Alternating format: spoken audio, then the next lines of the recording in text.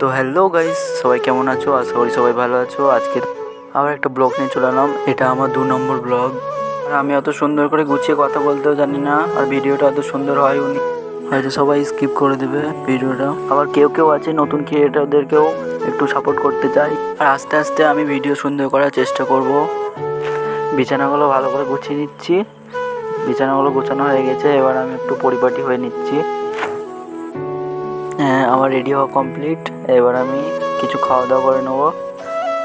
আমি কিছু কলা, মুড়ি, বিস্কুট, কিছু বাদাম আর ছোলা খেয়ে নিচ্ছি। খাওয়া কমপ্লিট। আমি এখন যাচ্ছি আমার কাজের জায়গায়। বাইরে বেরিয়ে দেখি অনেক জোর বৃষ্টি নেমে গেছে, সেজন্য ছাতা নিয়ে নিলাম। তো গাইস, দেখতেই পাচ্ছ কত জোর বৃষ্টি নেমেছে।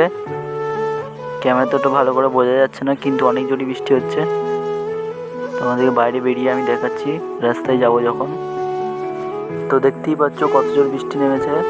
ক্যামেরা তো ভালো করে বোঝা যাচ্ছে না, কিন্তু অনেক জোরে বৃষ্টি হচ্ছে।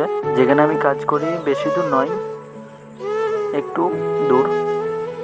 তোমাদেরকে দেখাচ্ছি কত দূর। এই রাস্তা ধরে যেতে হবে।